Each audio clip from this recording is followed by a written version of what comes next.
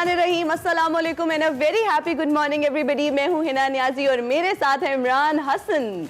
इस उम्मीद और दुआ के साथ कि आप बिल्कुल ठीक ठाक हैं और आज भी एक्सप्रेसो ट्यून इन किए हुए हैं। जुम्मा मुबारक आप सब लोगों को, सभी देखने वालों को। आज जुम्मे का दिन है और जुम्मे के दिन की सबसे अहम बात यह है, इनफैक्ट जुम्मा है, हमारे एक उस्ताद थे वो कहते थे ये जुम्मे का दिन क्या होता है, जुम्मा खुद एक दिन होता है। तो जुम्मा है आज और उम्मीद यही है कि आपकी सुबह का आगाज़ अच्छा हुआ है, बाबरकत दिन है। बहुत सारे लोग अपनी आज की सुबह का आगाज़ इसलिए भी अच्छा करते हैं कि उनको पता है कि अगले 2 दिन वीकेंड होते हैं। नाम वन ऑफ देम ऑब्वियसली एक इंसान को पॉजिटिव एनर्जी मिलती है, लेकिन विद दैट ऑब्वियसली बहुत रहमत और बरकत वाला दिन होता है और बहुत ज़्यादा टाइम मिलता है कि आप अपनी एनर्जी को रेस्टोर कर सकें। बहुत सारी एक्टिविटीज़ होती हैं, बहुत सारे ऐसे काम होते हैं जो पेंडिंग होते हैं और सोचा होता है कि ये तो वीकेंड पे ही करने हैं। हाँ बिल्कुल। और वैसे अभी मुझे पता चला आने से पहले भी एक तो कोविड की वजह से बहुत ज़्यादा मसाइल है लोगों के और डेथ्स बहुत ज़्यादा हो रही हैं। बहुत सारी पॉलिटिकल पर्सनैलिटीज़ ऐसी हैं जिनके यहाँ जिन बड़ी आम शख्सियात जैसे सदाकत अली अब्बासी साहब मेंबर असेंबली हैं, उनके वालिद साहब के हवाले से हमें मालूम हुआ कि उनका भी इंतकाल हुआ। इसके साथ साथ तलाल चौधरी साहब नून लीग के रहनुमा हैं, उनकी वालिदा साहिबा का इंतकाल हुआ कुछ दिन पहले ही। सो ऐसी कई शख्सियात और भी हैं। सो हमारे जितने भी लोग खासतौर पर कोविड और कोविड से हट के भी इस वक्त जो सिचुएशन है उसके हवाले से हमारा अफसोस भी है और दुआ भी है कि सब लोग जल्दी से सेहतयाब हो जाएं। ईद के बाद इस वक्त जो ब्रेकिंग न्यूज़ है वो ये है कि गवर्नमेंट ये कह रही है कि ईद के बाद तमाम उम्र के जो शहरी हैं उनके लिए रजिस्ट्रेशन शुरू हो जाएगी कोरोना वैक्सीन के लिए। इससे पहले आपको मालूम है जो 50 साल 60 साल से शुरू हुआ था, फिर 50 साल से ज़्यादा उम्र के जो लोग हैं उनके लिए रजिस्ट्रेशन की जा रही थी, लेकिन अब हुकूमत ये कह रही है। और एक और अच्छी बात है, जो बुजुर्ग शहरी हैं हुकूमत ने इसकी भी मंजूरी दी है कि उन्हें घरों के अंदर वैक्सीन लगाई जाए। तो ये बड़ा अच्छा इकदाम है और फिर ईद के बाद जब सबकी वैक्सीनेशन रजिस्ट्रेशन स्टार्ट होगी तो हमें उम्मीद है कि हम सब वैक्सीन लगवाएंगे और इंशाल्लाह कोरोना से अपने आप को महफूज रखेंगे। बिल्कुल। और भी बहुत कुछ है प्रोग्राम में। प्रोग्राम का आगाज बाकायदा तौर पे कर लेते हैं एज यूजुअल। सबसे पहले देख लेते हैं आज क्या है प्रोग्राम में। आज के हेडलाइंस NA-75 डस्का जिमनी इलेक्शन, नून लीग और तहरीक इंसाफ के दरमियान कल बड़ा मैदान सजेगा। शुगर स्कैंडल केस, PTI रहनुमा जहांगीर तरीन आज FIA के सामने पेश होंगे। आर्मी चीफ की जेर सदारत कोर कमांडर्स कॉन्फ्रेंस, कोरोना से निपटने के लिए सिविल इंतजामिया की भरपूर मदद जारी रखने का अज़्म। पाकिस्तान की पहली कम उम्र इमरजेंसी स्पेशलिस्ट डॉक्टर सनिया खान गौरी एक्सप्रेसो की मेहमान। सेगमेंट फ्लैग्स में देखिए इस्लामाबाद में सजा रंगारंग जश्न नौरूज फेस्टिवल। सेगमेंट देसी फूड में फरियाल राना खिलाएंगी रंग महल का 18 मसालों से तैयार करदा लाहौरी चरगा। और जज्बात को अल्फाज का रूप देने वाले मुमताज शायर मुनीर नियाजी के मद्दाह आज उनकी सालगिरह मना रहे हैं। हेडलाइंस आपने जानी। प्रोग्राम में आगे बढ़ते हैं और बात करते हैं बड़ी खबर की।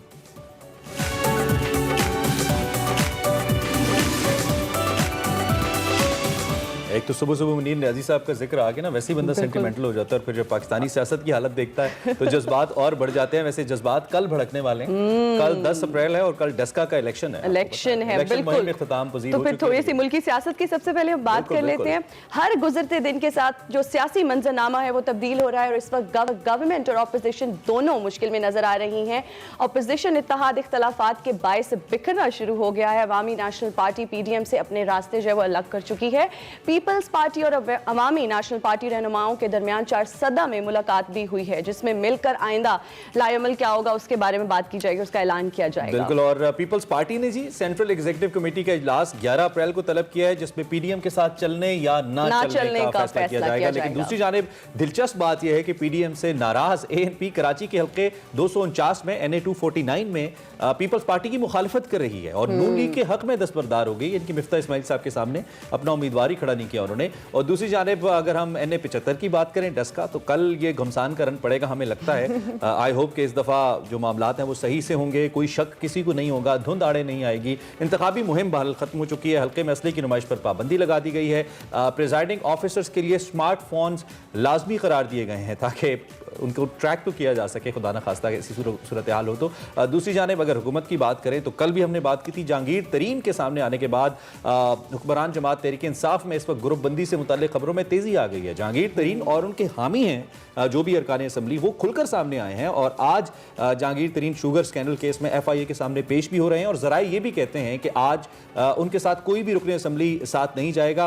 तहरीक इंसाफ के सेनेटर फैसल वाउडा कहते हैं कि जहांगीर तरीन समेत कोई भी कानून से बालातर नहीं, कोई मासूम है या कसूरवार, इसका फैसला अदालतें करेंगी। सीनियर तजियाकार इम्तियाज गुल साहब हमें ज्वाइन कर चुके हैं, लाइव हमारे साथ हैं। उनसे जरा हैं कि वो इस सारी पॉलिटिकल सिचुएशन को कैसे देख रहे हैं और इसका मुस्तकबिल क्या देख रहे हैं। इम्तियाज गुल साहब सुबह खैर, बहुत शुक्रिया आपने हमें ज्वाइन किया। एक तो सिचुएशन ऐसी बन रही है कि तहरीक इंसाफ किसी भी लिहाज से हमें कंफर्टेबल नजर नहीं आती, निकल जाती है मुश्किल सूरत हाल से, लेकिन हर कुछ दिन के बाद एक ऐसी सूरत हाल बनती है कि लगता है कि तहरीक इंसाफ बहुत मुश्किल में है, पार्टी बहुत मुश्किल में है। अभी जो जहांगीर तरीन साहब वाला मामला है, इस पर जरा कॉमेंट कर दीजिए। क्या तहरीक इंसाफ के लिए एक नया और पीडीएम से बड़ा चैलेंज आने के लिए तैयार है तरीन साहब की सूरत में? नहीं, देखिए, मैं नहीं समझता कि जहांगीर तरीन साहब कुछ ऐसी नहज इख्तियार करेंगे जैसी कि अकबर एस बाबर ने की थी पार्टी की फॉरेन फंडिंग के हवाले से। वो बहुत ज़्यादा आगे चले गए और जहांगीर तरीन साहब बार बार बड़े वज़ादार आदमी हैं और पाकिस्तान के मेरे ख्याल सबसे ज़्यादा टैक्स देने वाले काश्तकार भी हैं और सनतकार भी हैं। सो उसमें वो मेरा ख्याल है वही करते रहेंगे जो उन्होंने किया है, जो बाकी बिजनेसमैन और बाकी काश्तकार करते हैं। हर शख्स अपने टैक्स बचाता है, ज़्यादा से ज़्यादा कमाने की कोशिश करता है, जो टिपिकल एक लोग हैं, कारोबारी लोग। अब उसके साथ साथ उन्होंने बार बार अपने पीटीआई के साथ अपनी रफाकत का, तवील रफाकत का भी जिक्र किया है। तो मेरा ख्याल है इतना बड़ा चैलेंज नहीं है। सिर्फ इसके अब दो पहलू हैं। एक तो ये कि वाक़ईतन इनके खिलाफ इतने शदीद नौयत के इल्ज़ामात हैं जो कि साबित हो जाएंगे और उसका नतीजा उन्हें भुगतना पड़ेगा, या दूसरी तरफ हमारी ये खुशफहमी भी हो सकती है कि हुकूमत ने या हुकूमती इदारों ने बराह रास्त एक ऐसे शख्स को एहतसाबी अमल के लिए चुना है जिनको ATM कहा जाता था, PTI का, इमरान खान का, जिनके वो जहाज़ में मुल्क के कोने कोने में घूमते थे और उनकी गाड़ियों में घूमते थे। तो उस शख्स को बेसिकली एक मिसाल बना के उसका एहतसाब करके लोगों पे ये साबित करना है कि हम अपने करीब तरीन लोगों को भी स्पेयर नहीं करेंगे। गुल साहब, और जी कतई कलामी की माजरत, एक इंपॉर्टेंट नुकता इसमें यह है कि आपने कहा कि मिसाल बनाया जा रहा है। बनाया जा रहा है से क्या हम ये मतलब लें कि इंटेंशनली ये सब कुछ किया जा रहा है और उसके बाद शायद किसी रहनुमा के लिए कोई क्लीन चिट चाहिए? एक पॉइंट ये हो सकता है। दूसरा कि जैसे जहांगीर तरीन साहब के खदशात हैं, वो अपने मुसलसल जो मीडिया टॉक्स है उसमें भी कहते हैं कि मुझे बताया तो जाए कि ये क्यों हो रहा है और मुझे समझ नहीं आती कि मैं तो दोस्त था, मुझे दुश्मनी की जानिब क्यों धकेला जा रहा है। लगता है कि वो भी इस सिचुएशन से क्लियर नहीं है। तो आपका एनालिसिस क्या है बेसिकली इस सारी सिचुएशन के पीछे क्या है? मेरा दूसरा नुकता यही था कि इनको चुन के इनका केस को इन्वेस्टिगेट करके अब वो दूध का दूध पानी का पानी हो जाएगा। कि आया, देखिए, अगर इनकी दोस्ती थी, इसका ये मतलब नहीं है कि वो एक ब्लैंक चेक था कि आप जो मर्जी करते फिरें। सही। अब वो इस केस के जरिए साबित होगा कि आया इन्होंने तमाम तर जो काम किए, फाइनेंशियल ट्रांजैक्शंस की, वो कानून के मुताबिक की या नहीं की। लिहाजा वो अगर ये हुकूमत का केस गलत साबित हो जाता है तो जाहिर है इसमें जहांगीर तरीन भी सुर्खरू होंगे और दूसरी तरफ ये हुकूमत के लिए या हुक्मरान जमात के लिए भी एक उसके क्रेडिट में जाएगा कि हाँ जी, इन्होंने अपने इंतहाई करीब तरीन हमायती थे जो कि व्हीलर डीलर भी थे, करता धरता थे मुख्तलिफ सियासी जो स्टेजेस पे, कि उनका एहतसाब करके उनको क्लीन चिट मिल गई है। तो ये उसका एक मुस्बत पहलू ये है। ठीक है। अच्छा, अब इसमें थोड़ा सा आगे जहांगीर तरीन साहब तो आज पेश हो ही रहे हैं, कोई सियासी रहनुमा उनके साथ नहीं जा रहा। देखते हैं कि इसका मजीद नतीजा क्या आता है। इतलात ये भी हैं कि उन्होंने कोई इशाया भी दिया है, देने जा रहे हैं लोगों को। बहरहाल वो अपनी स्ट्रेंथ एक शो कर रहे हैं तहरीक इंसाफ के सामने। लेकिन मैं आपसे अगला सवाल NA-75 डस्का के हवाले से करना चाहूँगा।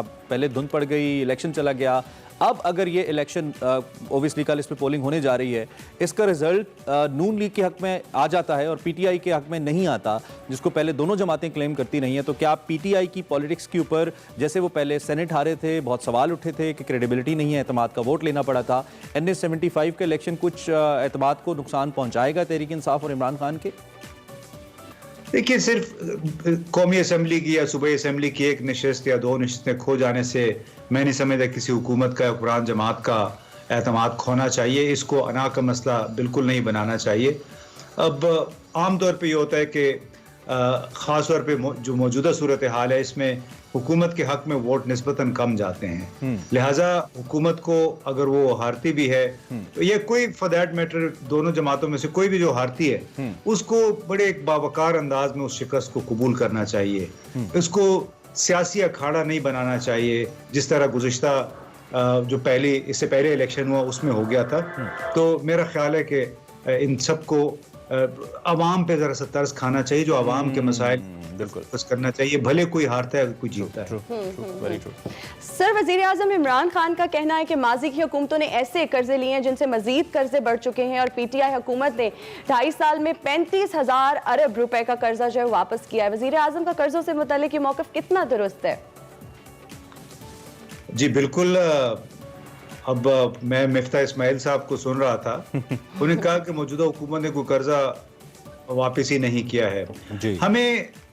हमें मेरा ख्याल है थोड़ा सा जो रहनुमा जो कह रहे हैं उनसे हट के जो बाकायदा आदाद शुमार जो वजारतों से आते हैं, जो वर्ल्ड बैंक की तरफ से आते हैं, उनकी तरफ देखना चाहिए कि गुज़िश्ता साल जो माली साल था जुलाई से जून, इस साल जून तक, उसमें भी हुकूमत ने कोई 12 अरब डॉलर कर्जे वापस किए। अब जो कर्जे वापस होते हैं वो आप वापस कैसे करेंगे? उसके लिए ज़ाहिर नया कर्जा लेंगे, तो उसमें हर साल हमारी जो डेट सर्विसिंग है उसमें इजाफा होता चला जा रहा है, इसलिए कि आप एक कर्जा लेके दूसरा कर्जा फारिग करते हैं पहले वाला, उसमें उसके साथ ज़ाहिर है उसकी एक शरह सूद होती है, वो शरह सूद पहले से हो सकता है ज्यादा हो जाता, तो हर साल चूंकि हमारे पैसे हम ज्यादा कर्ज लेते चले जा रहे हैं, उसकी वजह से रिटर्न जो है उसकी बात उस लिहाज से फिर गुल साहब जो मर्जी हुकूमत, जो मिफ्ता साहब ने एग्जांपल क्रेडिट कार्ड्स की दी थी, मैं भी उनको सुन रहा था इत्तेफाक से, तो क्रेडिट कार्ड की एग्जांपल इसका मतलब है उन्होंने ठीक ही दी थी उस लिहाज से। आगे बढ़ते हुए, चूंकि आपने भी आम पाकिस्तानी की बात किया, आखिर में आम पाकिस्तानी अभी तक न सिर्फ मुतमईन नहीं हो पाया बल्कि बहुत परेशान भी है, और दूसरी जानिब हुकूमतों के लिए बड़ी कामयाबी होती है इम्तियाज़ गुल साहब के वो प्राइवेट सेक्टर के अंदर इन्वेस्टमेंट्स पाकिस्तान या मुल्क के अंदर करवाएं या फॉरेन डायरेक्ट इन्वेस्टर्स को पाकिस्तान लेकर आ जाएं, और ओबियसली उसकी जो बुनियाद होती है वो किसी भी मुल्क का सियासी स्ट्रक्चर होता है, जितना स्टेबल होता है उतनी ज़्यादा FDIs पाकिस्तान में आती हैं, जो कि पिछले 2.5-3 सालों में तो नहीं आई। तो खान साहब ने जो 2 दिन पहले कहा कि अगले 2.5 साल में हकीकी तब्दीली नजर आएगी, आपको आ रही है तब्दीली नजर गुल साहब? देखिए जी, पाकिस्तान का जो मौजूदा ब्यूरोक्रेटिक निज़ाम है, जो बोर्ड ऑफ इन्वेस्टमेंट है, जो वजारत ख़जाना जिस तरह ऑपरेसिव अंदाज में टैक्स वसूल करने की कोशिश करती है कि जो पहले से नेट में है उसी को मजीद निचोड़ने की कोशिश करते हैं, उस सूरत में पाकिस्तान में कोई नहीं आएगा। पाकिस्तान में सरमाकारी को फ़रोग देने के लिए सबसे पहले, और ये वो शिकायत है जो कि अक्सर गैर मुल्की सिफारतकारों को रही है, जब तक आप एक तवीलुल मयाद महसूलाती निज़ाम तरतीब नहीं देंगे, जब तक आप गैर मुल्की सरमाकार को नहीं बताएंगे कि अगले 10 साल तक ये इन टैक्सों की शरह में कोई तब्दीली नहीं आएगी, उस वक्त तक पाकिस्तान में कोई सरमाकारी नहीं होगी। ये मुझे नहीं मालूम कि इनको समझ क्यों नहीं आ रही है। हम बार बार लिखते भी रहे हैं, कहते भी रहे हैं कि आपको जब तक गैर मुल्की सरमाकार को आप स्टेबिलिटी इतना बड़ा फैक्टर नहीं है जितना बदएतमादी है। पाकिस्तान के निज़ाम पे एतमाद की कमी है, क्योंकि यहाँ पे हर साल टैक्स की शरह तब्दील हो जाती है, जिससे सरमाकार की जो गैर मुल्की सरमाकार है, खास तौर पे हमारे लोग को टैक्स भी नहीं देते। आप अपने सरमाकार गैर मुल्की सरमाकार टैक्स देना चाहता है, लेकिन उसको वही चाहता है कि उसको पता हो कि अगले 5-10 साल तक किस शरह से उसने टैक्स देना है। ठीक है, बिल्कुल ठीक है। इम्तियाज़ गुल साहब, बहुत शुक्रिया, आपने अलग सुबह हमें ज्वाइन किया, अपना तजिया हम तक पहुंचाया, और आपका ये कहना था कि कर्जों की हद तक जमातों का मौक़िफ़ है उस पर नहीं जाना चाहिए, लेकिन फिगर्स यही कहती हैं कि आप एक जानिब से कर्जा लेते हैं और ज़्यादा पहले से ज़्यादा शरह सूद पे लेते हैं और दूसरा वापस करते हैं, तो ये वापस करना तो ना हुआ ना जी, कर्जा तो अपनी जगह पे है। इस पर बात करते रहेंगे। ये एक क्विक ब्रेक के बाद आते हैं।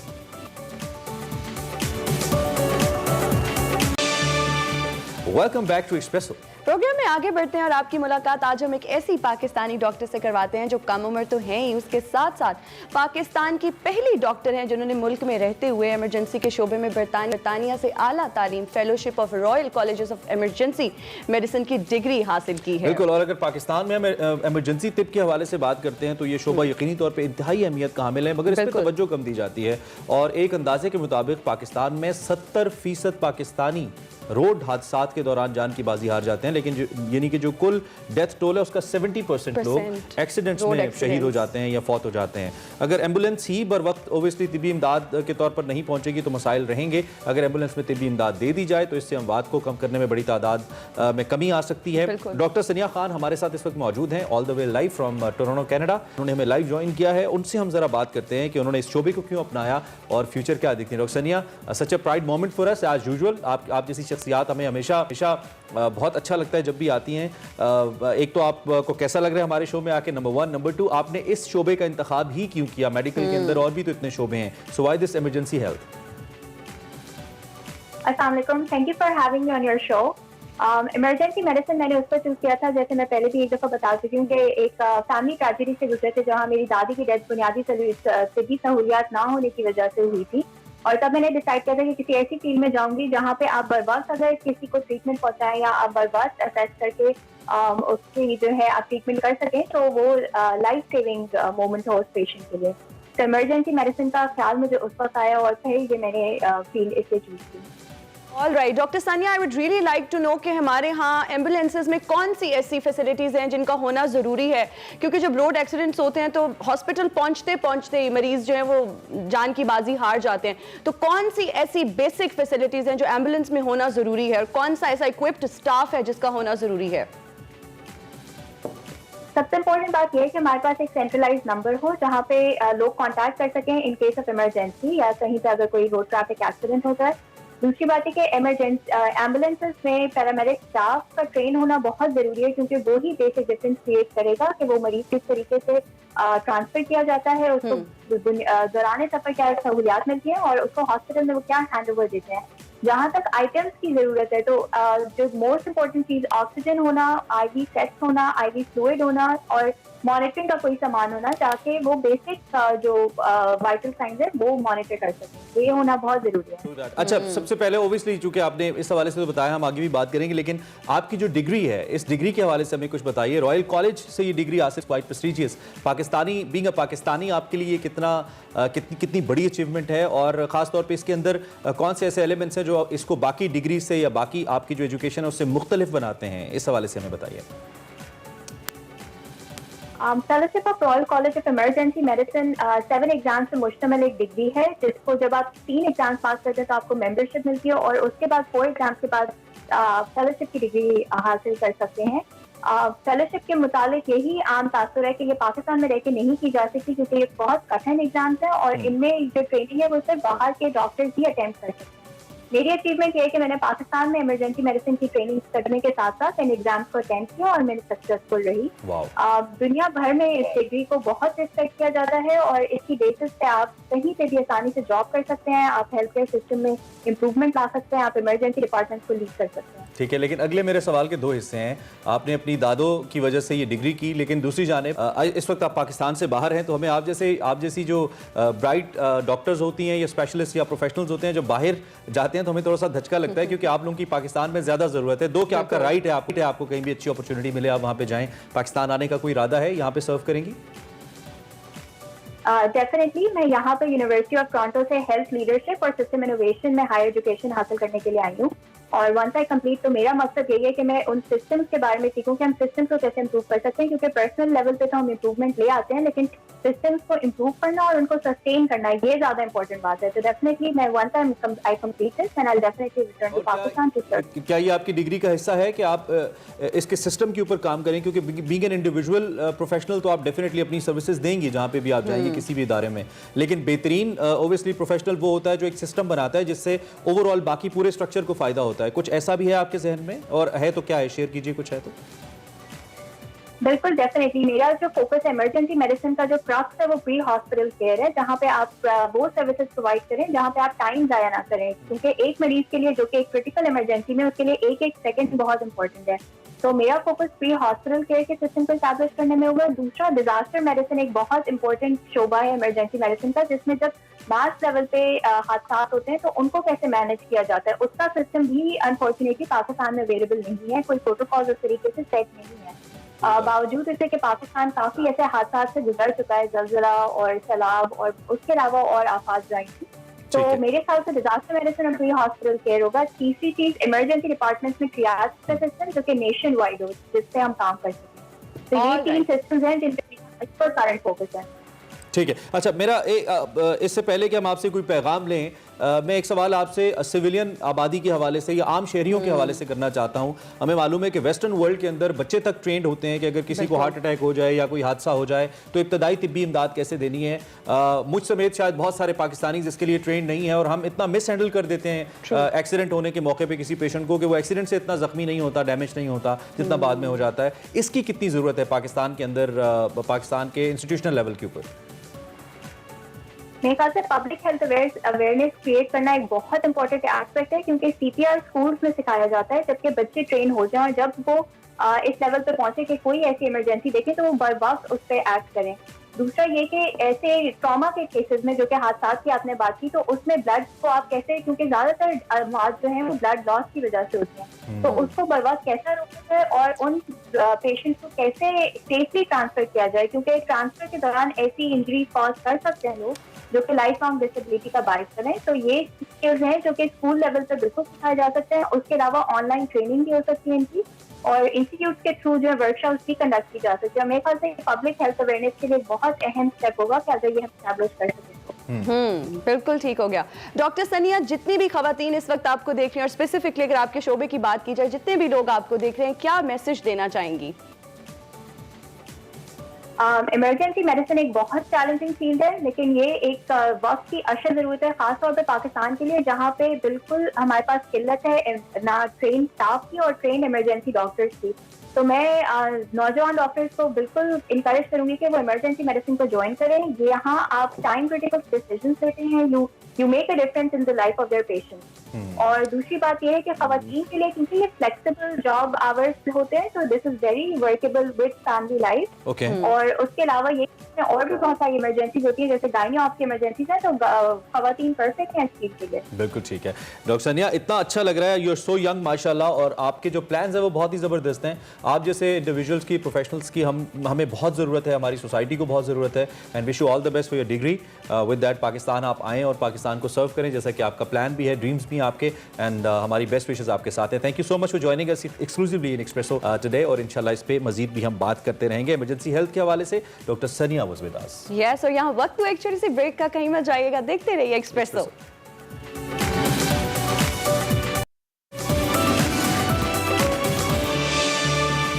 एक्सप्रेसो में आपको एक बार फिर खुशामदीद कहते हैं, और एक बार फिर अब बात करेंगे कुछ कोरोना वायरस के हवाले। जी बिल्कुल, लॉकडाउन और पाबंदियों के बावजूद कोरोना की जो तीसरी लहर है उसका फैलाव कम होता नजर नहीं आ रहा।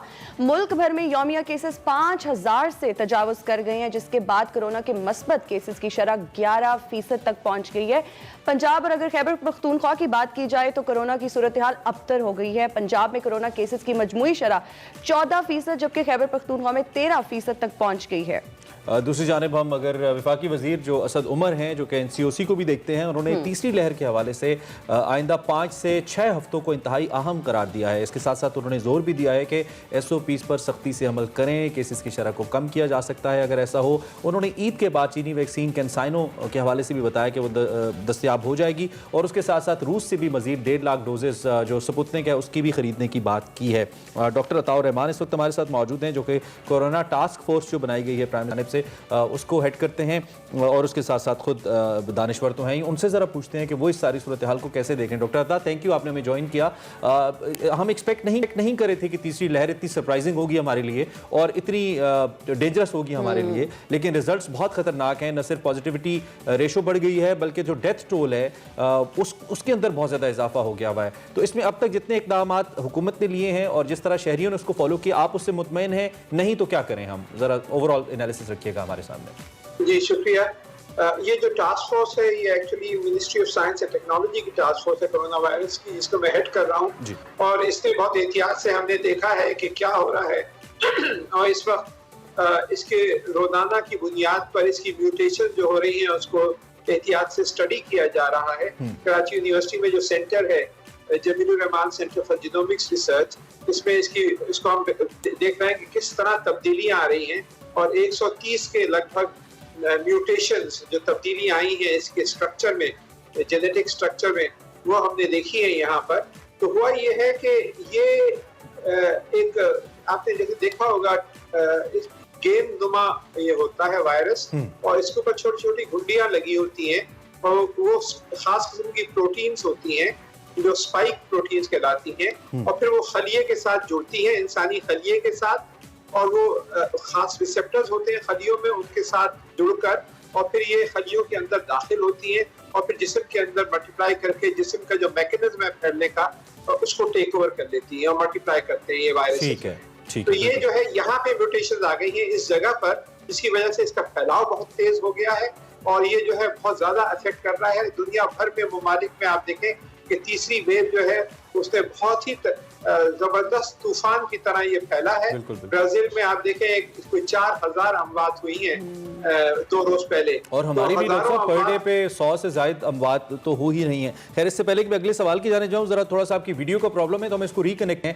मीनवाइल मैं सवाल कर लेता हूं ताकि आप मेरा सवाल, क्योंकि हमारे पास इस वक्त जो फिगर्स आ रही हैं बड़ी अलार्मिंग है। 5000 से ज्यादा जो है इस वक्त ओवरऑल पर डे केसेस हमारे पास आ रहे हैं, और विद दैट जो मोर्टेलिटी रेट है उसके बारे में भी हम बात करें कि बहुत खतरनाक हद तक इस वक्त उसमें भी इजाफा हो रहा है। लेकिन यहाँ पे जो मैं सवाल करना चाहूंगा वो हमने जिस तरीके से अब तक इसको केटर किया है, एक तो इस हवाले से हमें बता दीजिए, और दूसरा ये कि आप चूंकि टास्क फोर्स को हेड कर रहे हैं ministry of science and technology की, तो अब तक आपने इसके ऊपर आपकी टास्क फोर्स या मिनिस्ट्री ने क्या काम किया? चूंकि एक क्वेश्चन बड़ा हमारे जहन में आता है, वो वैक्सीन को लेकर आता है कि वैक्सीन हम खरीद तो रहे हैं लेकिन पिछले 1 साल से कोविड भी है, हमने अपनी रिसर्च नहीं की है। मिनिस्टर फॉर साइंस कहते हैं कि फंड्स के शदीद इशूज हैं, तो इस पर भी जरा कौम को बताइएगा कि क्या पेशरफ्त है।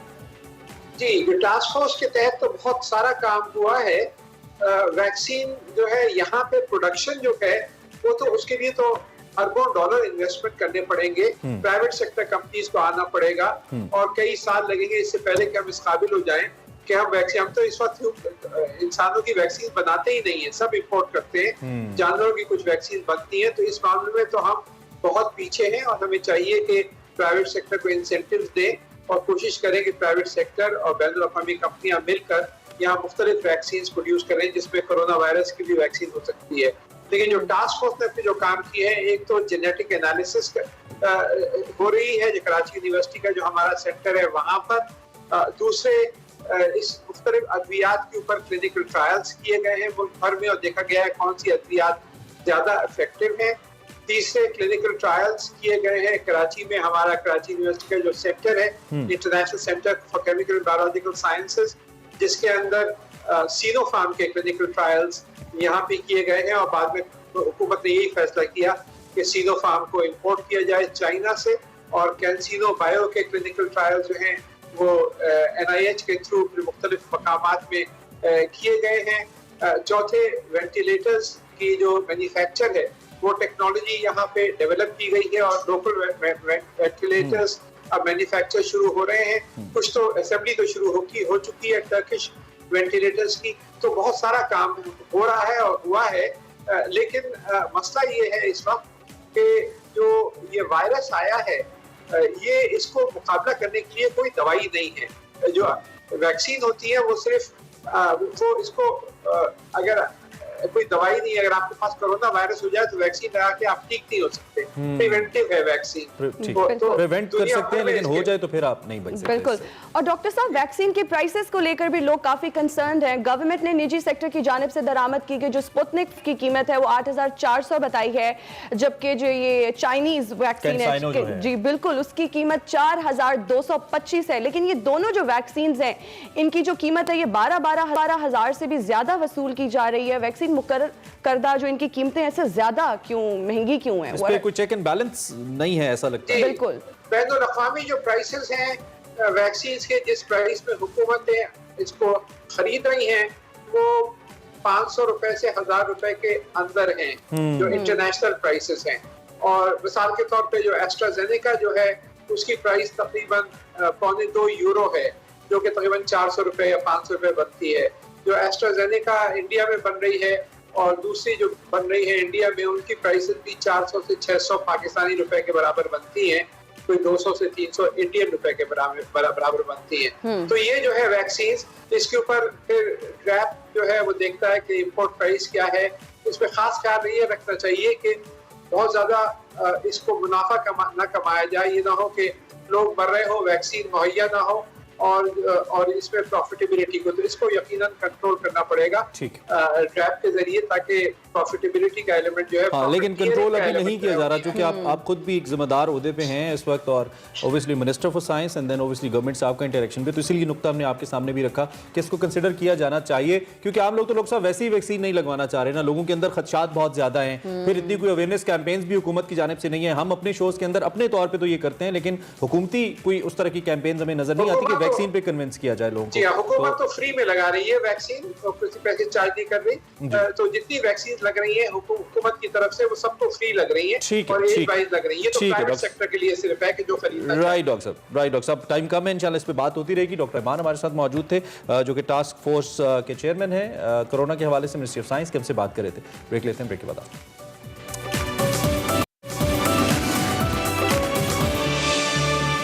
Welcome back to espresso. और प्रोग्राम में आगे बढ़ते हैं। आपको पता है कि आप तो तारीखी जगहों पे जा नहीं रही, और लोग मुसलसल पूछ रहे थे, यानी कि आप लोगों के सवाल आ रहे थे कि जब ये तारीखी जगह आप क्यों नहीं दिखा रहे, तो हमने चूंकि इनको स्टूडियो में कैद किया हुआ है, तो फिर हमने ये सोचा कि हमारे कोरेस्पोंडेंट है आसिफ महमूद, तो ये आपने इसको ऑल्टरनेट निकाला है। बिल्कुल, और उन्होंने हमारे पास एक बहुत जबरदस्त रिपोर्ट कह लें, पैकेज कह लें, आपके लिए तैयार किया। शेखुपुरा वो गए हैं, एक तारीखी कला दिखा रहे हैं, सो देखते हैं आसिफ महमूद क्या दिखा रहे हैं।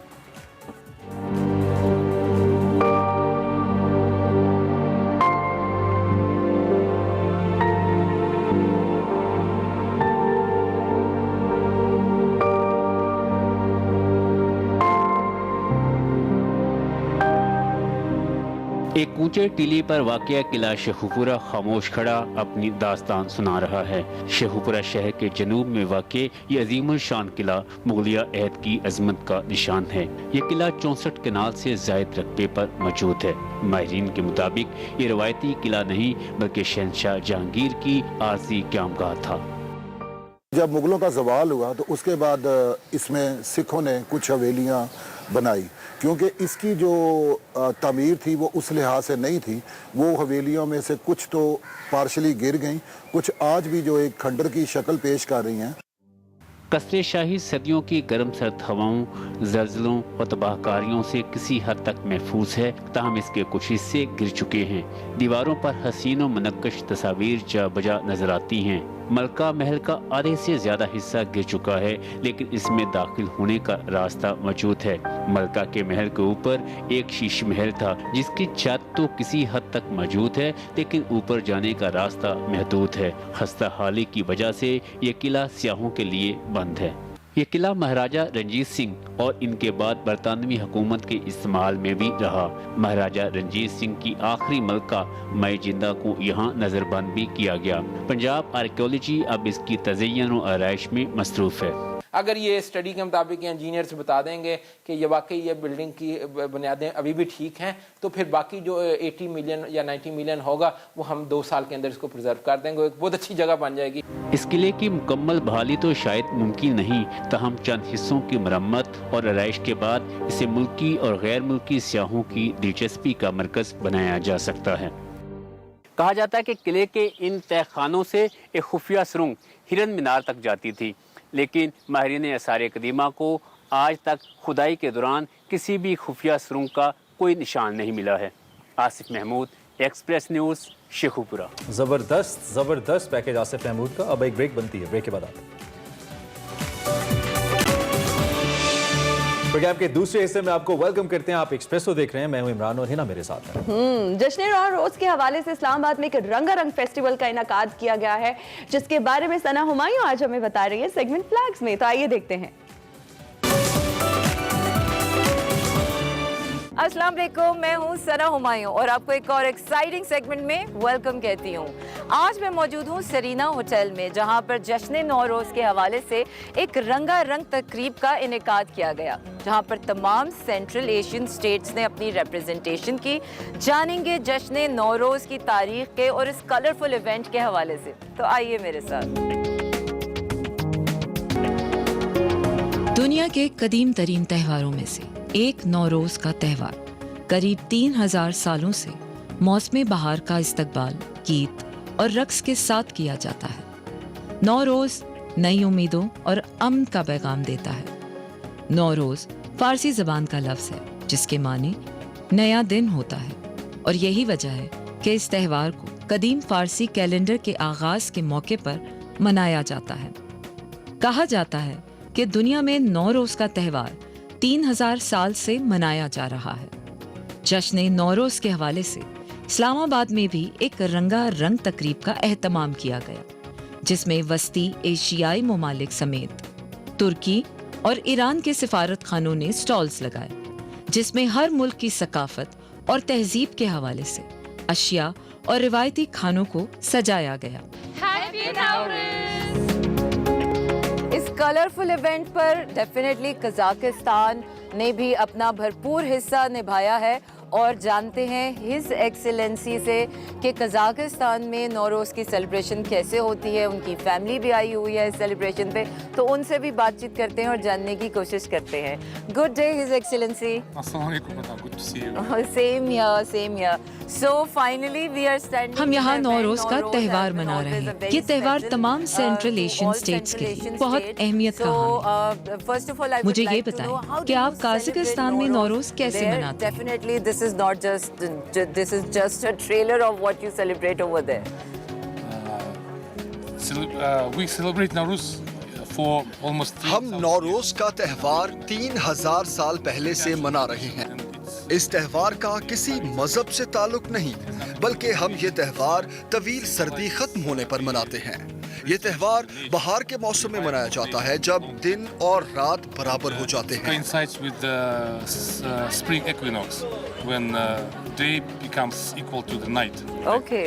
And it's celebrated when people started to visit. इस खित्ते के लोग मिलकर ये त्यौहार मनाते हैं। सब लोग एक दूसरे के घर आते जाते हैं और एक दूसरे को अपने रिवायती खाने भी खिलाते हैं। इस त्यौहार में हम मुख्तलिफ सरगर्मियों में हिस्सा लेते हैं। So it's like New Year celebration, kind of the New Year celebration. Wonderful. So अब जानती हूँ मैं His Excellency की spouse से कि how is she enjoying this whole event and how does she मुझे ये बताएं कि आप काज़ाकिस्तान में नौरोज़ कैसे मनाते हैं? in her home or in her country. Hello. Walaikum assalam. You know, it's good to have this. Assalamu alaikum. Yeah, this is beautiful event. This is beautiful holiday. ये बहुत खूबसूरत त्यौहार है। मैं उम्मीद करती हूँ आप यहाँ एंजॉय कर रही होंगी। इस खास दिन में हम एक दूसरे से मिलते हैं और इकट्ठे खाना खाते हैं। Love to meet each other, to wish each other something, some all best wishes, and with our relatives, and prepare some very delicious food. So are you going to make some? तो क्या आप कोई लजीज खाने बनाने जा रही हैं? Of course, yes, of course. हाँ, क्यों नहीं? मैंने माम टी और सूप बनाया है। ये त्यौहार हमारे मुल्क और हमारी फैमिली के लिए बहुत खास है। Special event for our family and for our country. और अब मेरे साथ मौजूद हैं His Excellency की डॉटर्स और उनसे जानूंगी कि वो ये इवेंट कितना एंजॉय कर रही हैं। What's your name? Saadat. Salia. Oh, wonderful. So how are you? आप लोग इस त्यौहार को कैसे एंजॉय करते हैं? We're enjoying it immensely. हमें यहाँ बहुत मजा आ रहा है। मैंने आज तक अपने ही मुल्क में ये त्यौहार मनाया था।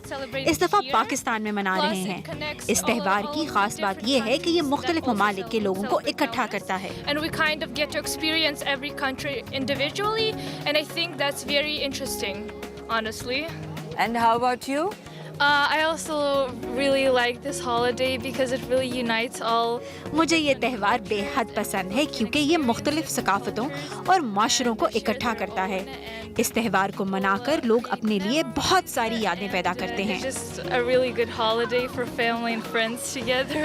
Wonderful. It's to know कि His Excellency की पूरी फैमिली बहुत enjoy कर रहे हैं। Must be you will be missing your own country. Yes, we miss our country, and when we come here. हाँ, हमें अपना मुल्क बहुत याद आता है, लेकिन हमारे साथ हमारे पाकिस्तानी भाई मौजूद हैं। ये हमें ज्यादा कमी महसूस नहीं होने देते। हमें पाकिस्तान में रहना बहुत अच्छा लग रहा है। मैं आपके चैनल के जरिए ये कहना चाहता हूँ कि पाकिस्तान एक अमन पसंद मुल्क है और मेरी दुआ है कि हमारे ताल्लुकात मजीद बेहतर हों। Definitely. I wish you good luck and happy Nowroz.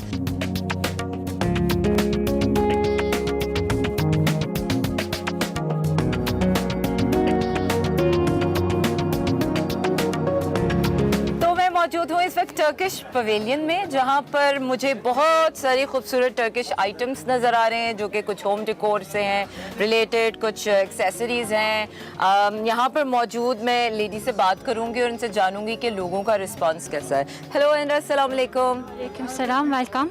What's your name? My name is Sultan. जो लोग भी आपके स्टॉल पर ये घरेलू चीजें देखने आ रहे हैं, इनका रिस्पांस कैसा है? Decor and delicacies. Pakistani people also like, Pakistani तुर्की के डेकोरेशन पीसेस बहुत पसंद करते हैं। Decoration things. टर्की की बात हो और रूमी का जिक्र ना हो, ऐसा हो नहीं सकता। You know this is the पहचान है टर्की की। और आप लोग तुर्की में नौरोज कैसे मनाते हैं? In Turkey we are celebrating like that also. Every country is different celebration.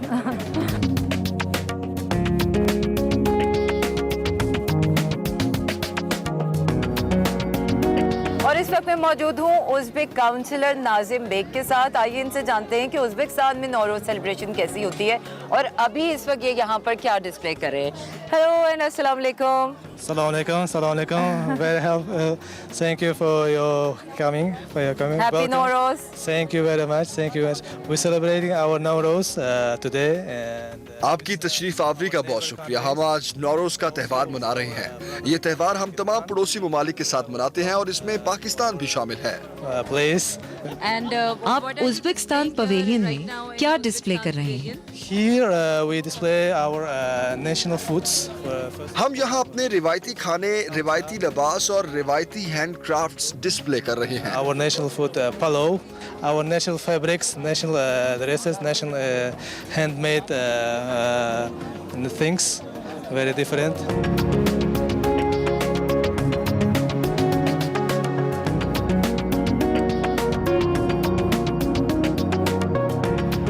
Colourful event रहा और मैंने जो डिफरेंट फूड्स ट्राई किए वो मैंने बहुत इंजॉय किए। आई होप कि आप भी काफ़ी अपडेटेड हो गए होंगे जश्न नौरोज़ की सेलिब्रेशन के हवाले से, उसकी हिस्ट्री के हवाले से। अगले फिर किसी सेगमेंट में मुलाकात होगी, तब तक रखिए अपना ख्याल। अल्लाह हाफिज़। Welcome back to Expresso. France में मुसलमानों के खिलाफ शिद्दत पसंदी का सिलसिला जारी है। फ्रांस में 70 लाख के करीब मुसलमान रहते हैं जिनकी अक्सरियत का ताल्लुक शुमाली अफ्रीकी ममालिक से है। 2015 से अब तक शिद्दत पसंदों के हमलों में 250 से ज़्यादा मुसलमानों को कत्ल किया जा चुका है। मुसलमानों के खिलाफ मुख्तलिफ कवानीन जो है वो माजी में सामने आते रहे हैं, ताहम गुज़िश्ता तौहीन आमेज़ खाके दिखाने पर स्कूल टीचर के कत्ल के बाद फ्रांस में इस्लाम के खिलाफ एक नई लहर ने जन्म लिया है। बिल्कुल, कभी हिजाब पर पाबंदी, कभी नकाब पर पाबंदी, कभी मसाजिद की बंदिश, तो कभी मुसलमान खवातीन और मर्दों पर तशद्दुद के वाक़यात मुसलसल होते रहते हैं। और साथ साथ फिर मुतनाज़ कवानीन, ऐसी कानून साजी जिसके जरिए मुसलमानों पर मुख्तलिफ पाबंदियाँ लगाने का सिलसिला जारी है। रवा साल की हम अगर सिर्फ बात कर लें, फरवरी की, तो इस वक्त फ्रांस की कौमी असम्बली में मुसलमानों के खिलाफ मुतनाज़ बिल मंजूर किया गया और मुस्लिम कम्यूनिटी को इसमें निशाना बनाकर उनके खिलाफ सख्त से सख्त और कड़ी पाबंदियाँ लगाने के साथ निगरानी भी की जा रही है। और मसाजिद और जैसा कि हमने आपको पहले भी बताया, इबादत गाहें जो हैं वहाँ पे मुसलसल खुतबे में मुदाखलत की जाती है, मुस्लिम तंजीमों के फंड्स रोकने जैसे वाक़यात होते हैं, धमकियाँ दी जाती हैं, मुसलमान बच्चों को घरों में तालीम देने और तालीम के जो इंतखाब हैं उस पर मुसलसल मुस्लिम कम्यूनिटीज़ पर पाबंदी लगाई जा रही है, गर्ज़ के हर शोबे के अंदर। और यहाँ तक कि मरीज़ों को मजहबी या सिनफी बुनियाद पर डॉक्टर्स के इंतखाब पर भी पाबंदी आयद कर दी गई है। तमाम सरकारी ओहदों के लिए सेकुलरिज्म की जो तालीम है उसको लाजमी करार दिया गया है। इस मुतनाज़ बिल पर फ्रांसीसी सेनेट में इस वक्त बहस जारी है। सेंटर राइट रिपब्लिकन पार्टी ने तमाम यूनिवर्सिटीज़ में नमाज पढ़ने और मजहबी रसूमात पर पाबंदी की तजवीज़ शामिल करने की मंजूरी दे दी है। और इस तजवीज़ के मुताबिक यूनिवर्सिटीज़ में मुसलमान तलबा पर नमाज पढ़ने और दीगर मजहबी सरगर्मियों पर मुकम्मल पाबंदी आयद कर दी गई है। ये इतनी गंभीर सूरत हाल है, ये आज़ादी इज़हार राय की इतनी बड़ी खिलाफ है, बेसिक ह्यूमन राइट्स की खिलाफ वर्जी है कि इसके ऊपर लाजमी हमने समझा कि हम इस पर बात करें। वज़ीर आज़म के नुमाइंदे खुसूसी और चेयरमैन पाकिस्तान उलमा कौंसिल हाफिज़ ताहिर महमूद अशरफी हमें ज्वाइन कर चुके हैं। इस इंतहाई सेंसिटिव और बहुत अहम मौजू पर उनसे बात करते हैं। हाफिज़ साहब, बहुत शुक्रिया आपने हमें ज्वाइन किया। फ्रांस कहीं कोई कसर उठा नहीं रखता, उनके सदर उठते हैं तो वो नबी करीम सल्लल्लाहु अलैहि वसल्लम की ज़ात में गुस्ताखी न सिर्फ करते हैं बल्कि उससे सदारती सतह पे इंडोर्स करते हैं। और उसके बाद अब मुसलमानों का गला घोंटने में कोई कसर उठा नहीं रखी जा रही। ये फ्रांस जो कि खुद को एक जानिब इंसानी हुकूक का लंबरदार मुल्क कहता है, दूसरी जानिब ऐसे इक़दाम करता है, आप इसको कैसे देख रहे हैं इस रवैये को? बिस्मिल्लाहिर्रहमानिर्रहीम, नहमदुहु व नुसल्ली व नुसल्लिमु अला रसूलिहिल करीम। गुजारिश ये है कि एक तो बात याद रखिए कि इस्लाम जो है ये अल्लाह का पैगाम हक्कानियत है, रसूलुल्लाह सल्लल्लाहु अलैहि वसल्लम जिसे लेकर आए, और ये दबाने से दबता नहीं बल्कि उतना ही ये उभरेगा जितना के दबाओगे। इस्लाम के पैगाम हक्कानियत में इतनी ताकत है कि वो कोई भी जब उसके करीब जाता है तो फिर उससे मुस्तफीद हुए बगैर नहीं रहता। लिहाजा अगर ये तस्वर है किसी का कि वो पाबंदियां लगाएगा तो इससे इस्लाम की तालीमात रुक जाएंगी, लोग इस्लाम में दाखिल होना रुक जाएंगे, तो ये तो मैं समझता हूँ जहालत और बेवकूफ़ी है। दूसरी तरफ यूरोपीय यूनियन, फ्रांस, अमेरिका, बरतानिया, दुनिया इंसानी हकूक की बात करती है, तो क्या मुझे ये हक हासिल नहीं होना चाहिए कि मैं किस दीन पे अमल करना चाहता हूँ?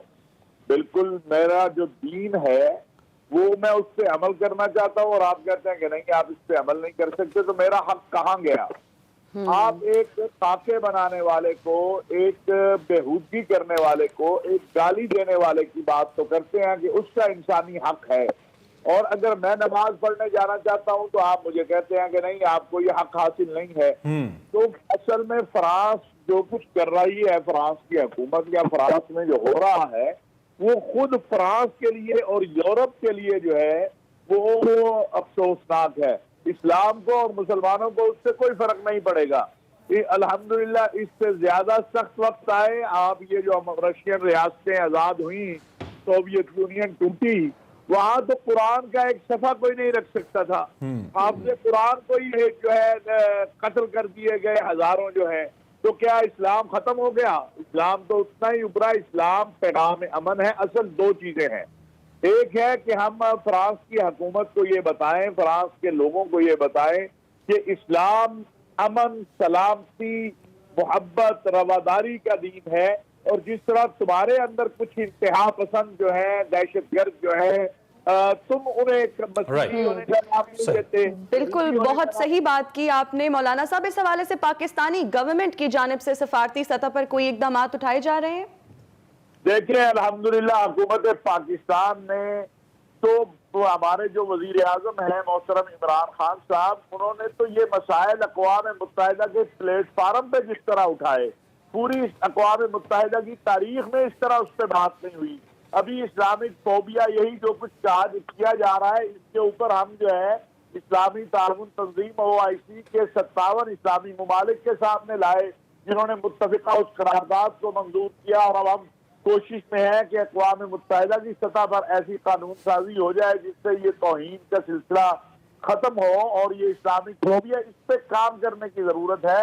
और मैं आपके जरिए एक बात अर्ज करना चाहता हूँ कि हमें आका अलैहिस्सलातु वस्सलाम की जो तालीमात हैं, जो सीरत है, उसको सामने रख के आगे बढ़ना है।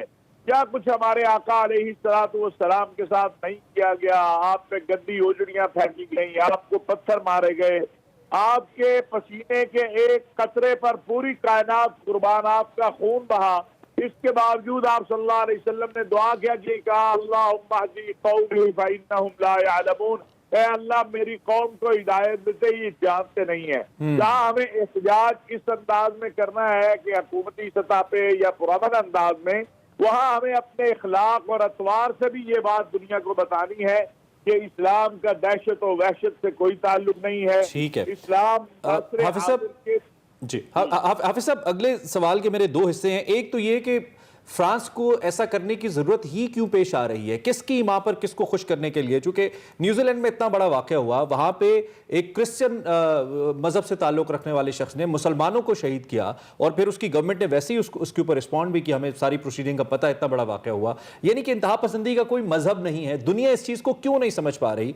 और फिर हम दुनिया का 6वां बड़ा मुल्क हैं, हम क्या रोल प्ले कर सकते हैं कि हम सिफारती सतह पर कुछ ऐसे सिग्निफिकेंट इकदाम उठाएं जिससे इसका इंपैक्ट आए, दुनिया इसका असर ले? बहुत बड़ी तादाद में पाकिस्तानी यूरोप में भी मौजूद हैं।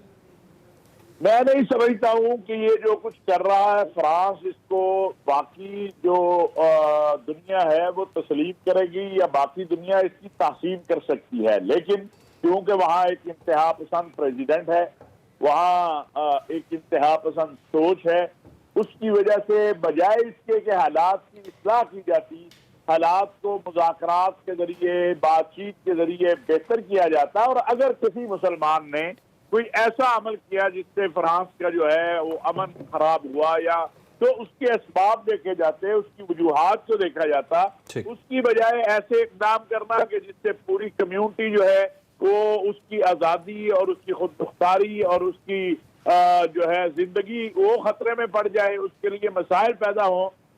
मैं समझता हूँ हमारी सिफारती कोशिशों पे भी एक दो जुमले बता दीजिएगा हमें अब क्या करना चाहिए, कोई तजवीज है? देखिए, क्या करना पहले भी वजीर आजम साहब ने पूरी दुनिया इस्लाम में खतूत भेजे हैं कि आइए इस मामले के ऊपर, ये जो खाली फ्रांस का नहीं, यूरोप के अंदर इस्लामिक फोबिया और अमेरिका बरतानिया के अंदर, इसमें इकट्ठे मिलकर कोई कदम उठाएं। फ्रांस से भी हमने सख्त एहतजाज किया है, बल्कि आपने अगर देखा हो तो सबसे ज्यादा फ्रांसीसी सदर ने जिस शख्स को क्रिटिसाइज किया वो हमारे प्राइम मिनिस्टर थे, क्योंकि उन्होंने खुलकर एक बात की कि हर चीज काबिल कबूल हो। ठीक है, अच्छा इक़दामात तो आखिर में पूछना चाहूंगा, वजीर आजम बहुत करते हैं लेकिन प्रैक्टिकली वजीर आजम के सामने से हमें जो नताइज हैं वो नजर नहीं आते। इस्लामोफोबिया पे बड़े क्लियर हैं, दुनिया को बताया भी और बहुत अच्छे से बताया यूनाइटेड नेशंस में। फिर एक चैनल की बात की कि इस्लामोफोबिया पे हम चैनल लाएंगे, उर्दगान और महातीर के साथ बैठ गए, महातीर तो खैर अब रहे नहीं एज प्राइम मिनिस्टर, उर्दगान मौजूद है, लेकिन इस पर कोई काम नहीं हुआ। आप बड़ी अहम जगह पे हैं, क्या हम कोई काम कर रहे हैं कि ऐसा मीडिया प्लेटफॉर्म आए जो कि पाकिस्तान को इस्लामोफोबिया के हवाले से मुसलमानों के मौक़िफ़ को जस्टिफाई कर सके दुनिया के सामने? देखिए, इस पर भी काम हो रहा है, हमारी वजारत इत्तलाआत काम कर रही है। और मुझे आप बताएं, आप कहते हैं अमली इक़दाम, तो मेरे भाई अमली इक़दाम क्या, इससे बड़ा अमली इक़दाम क्या होगा कि हमने तो 57 इस्लामी मुल्कों को जोड़ के उठाया है, वहाँ मुत्तफिका करारदाद OIC में लेके आए हैं। फ्रांस के ऊपर मुसलसल हमारा सबसे सख्त मौक़िफ़ हमारा है, इस्लामिक फोबिया पे हर जगह हर फोरम पर हम बात कर रहे हैं। तो जो चीज इम्कान है, इंसानी इस्तात है, मुल्कों की इस्तात है, उसके मुताबिक किया जा रहा है और इंशाअल्लाह करेंगे। इसलिए हमने ये किसी के लिए, मैं एक बात अर्ज कर दूं, हमने ये अल्लाह के लिए करना है, अल्लाह के प्यारे रसूल सल्लल्लाहु अलैहि वसल्लम के लिए करना है, अपनी आखिरत के लिए करना है। चलें, अल्लाह करे ना कोई कोताही की है ना कोई कोताही होगी इंशाअल्लाह। बिल्कुल ठीक है। हाफिज साहब, थैंक यू, बहुत शुक्रिया, आपने हमें ज्वाइन किया और इंतहाई इस अहम और नाजुक मौजू की पर हमसे बात। फ्रांस के अंदर ये इक़दाम हो रहे हैं, यहाँ पे हम मुसलमान या पाकिस्तानी तो इस बारे में सोचते हैं, लेकिन जो बाहर हमें देख रहे हैं पाकिस्तानी सोशल मीडिया के जरिए, कम से कम ऑन सोशल मीडिया अपनी आवाज़ ज़रूर बुलंद करें और अपनी कैपेसिटी में रहते हुए आवाज़, आर्ग्यूमेंट, एक पॉजिटिव आर्ग्यूमेंट ज़रूर बुलंद करें।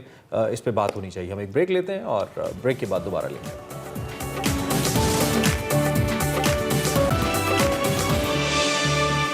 Welcome back to Expresso. ज़रूरी बात कहनी हो, कोई वादा निभाना हो, अक्सर देर कर देता हूँ मैं। एहसासात और जज्बात को अल्फाज का रूप देने वाले मुमताज़ शायर मुनीर नियाज़ी के मद्दाह आज उनकी 53वीं सालगिरह मना रहे हैं। मुनीर नियाज़ी 9 अप्रैल 1928 को भारत के शहर होशियारपुर में पैदा हुए और क़याम पाकिस्तान के बाद लाहौर आ गए। वक़ार अहमद मलिक साहब और मुनीर नियाज़ी, कैसे हैं आप? ठीक ठाक हैं?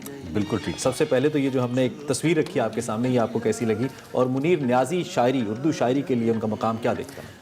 पहली बात यह है कि जो आपने तस्वीर रखी, तस्वीर जो है, जब तस्वीर लफ्ज़ आता है, ये इमेजरी आता है, तो उसमें मुनीर नियाज़ी से आगे तो कोई भी नहीं है। और मुनीर नियाज़ी जो है, आप ये समझिए जिस तरह खुदा दुनिया बनाता है और मुनीर नियाज़ी दुनिया दिखाता है। बिकॉज आप कभी भी यानी जमालियात की आपकी तरबियत करता है कि इस चीज़ को कैसे देखना है, किस तरह देखना है।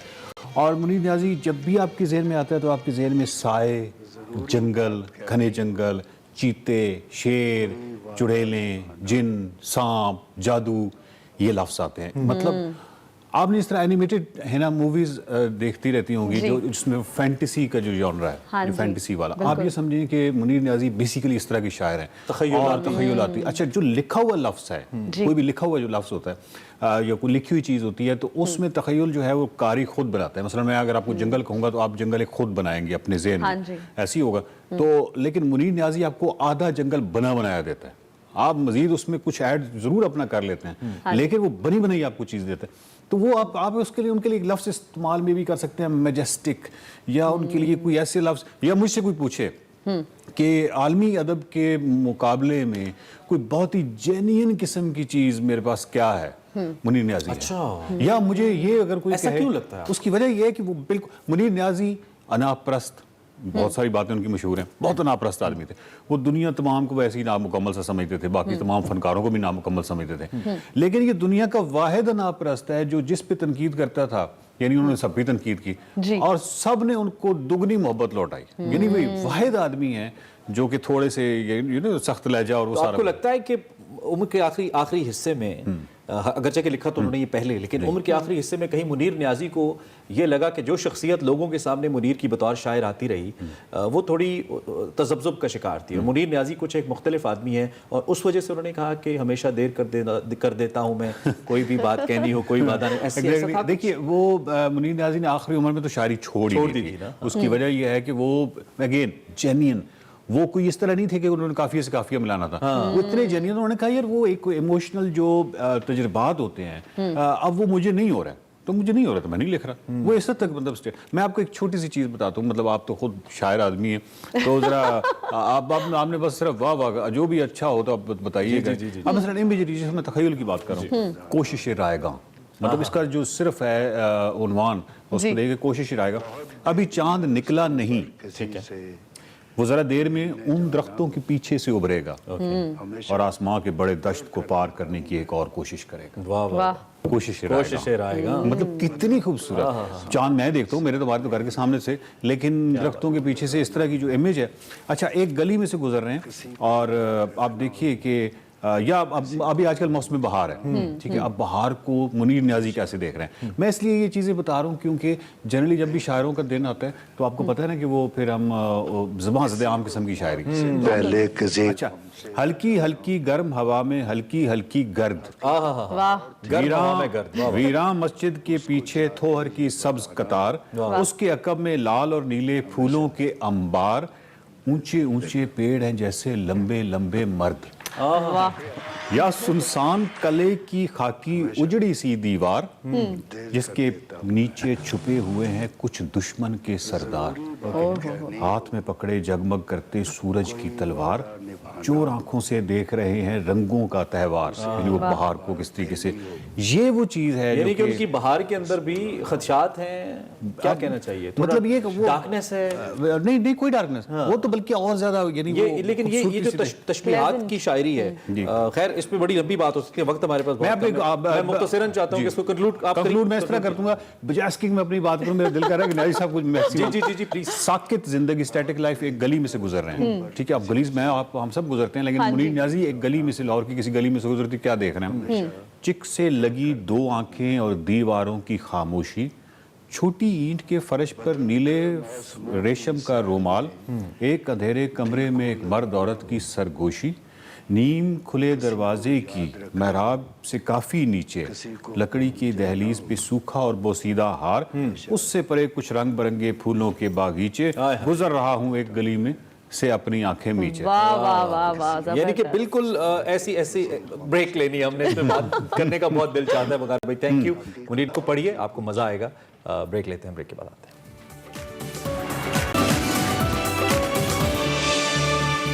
Welcome back to Expresso. Pakistan में मुख्तलिफ मॉल्स हैं और कुछ बन भी रहे हैं, लेकिन अगर स्पेसिफिकली इमरान बच्चों की बात की जाए तो बच्चों के लिए पाकिस्तान में कोई सच मॉल्स नहीं है, लेकिन रावलपिंडी में एक ऐसा शॉपिंग मॉल बनाया गया है जो कि बच्चों के लिए है।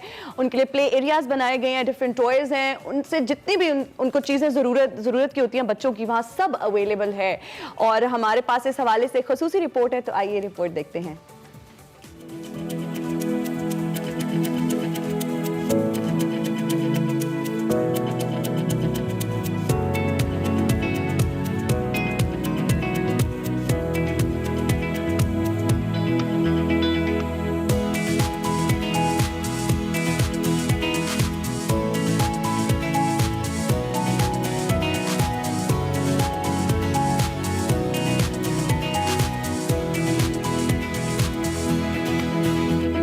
हम सब के एक ये कॉन्सेप्ट मिलके कि एक बच्चों को एक ऐसा स्टेशन, एक ऐसा सेपरेट मॉल जो न्यू बॉर्न से 12 इयर्स बच्चों तक का कंप्लीट कलेक्शन एक ही यानी रूफ के नीचे कंप्लीट मिले। तो एक कॉन्सेप्ट हमारा ये है कि बच्चों के जो पेरेंट्स हैं, हमारे पेरेंट्स को कंप्लीट प्रोडक्ट नॉलेज दे के उनको चीज़ दी जाए।